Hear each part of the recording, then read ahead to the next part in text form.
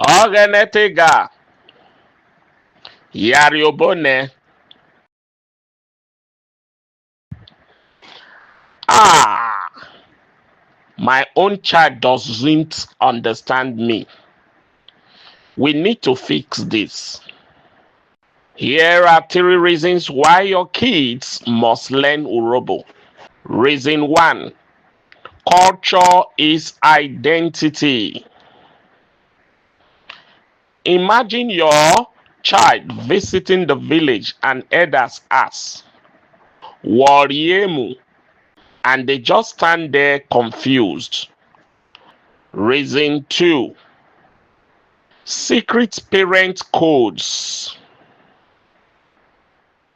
You and your child can talk about something private in Urobo and no one else will understand. Like saying, Sigo Nanu in front of others without them knowing what you mean.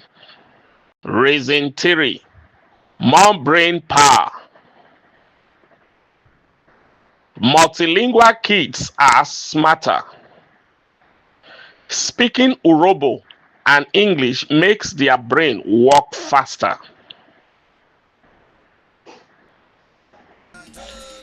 Teach your kids Urobo no dey carry last.